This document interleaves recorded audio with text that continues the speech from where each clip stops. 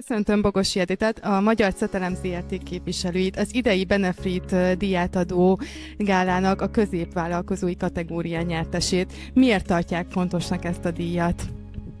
Elsősorban abba gondolkozunk, hogy a munkavállalókat nem csak felvenni kell, képezni kell, hanem megtartani. És mivel mindenkinek 24 óra egy nap, és ennek a nagy részét a munkahelyünkön töltjük, ezért azt gondoljuk, hogy felelősséggel tartozunk az iránt, hogy ez az idő hogy telik el. Nagyon sok egészségszűrő programot szerveztünk idén, nagyon sok olyan dolgot tettünk át az irodába, amitől kényelmesebben és komfortosabban tudnak dolgozni a kollégáink. Alapvetően a gondoskodás, ami minket vezérel, és a megtartás, hogy minél tovább tudjunk együtt dolgozni.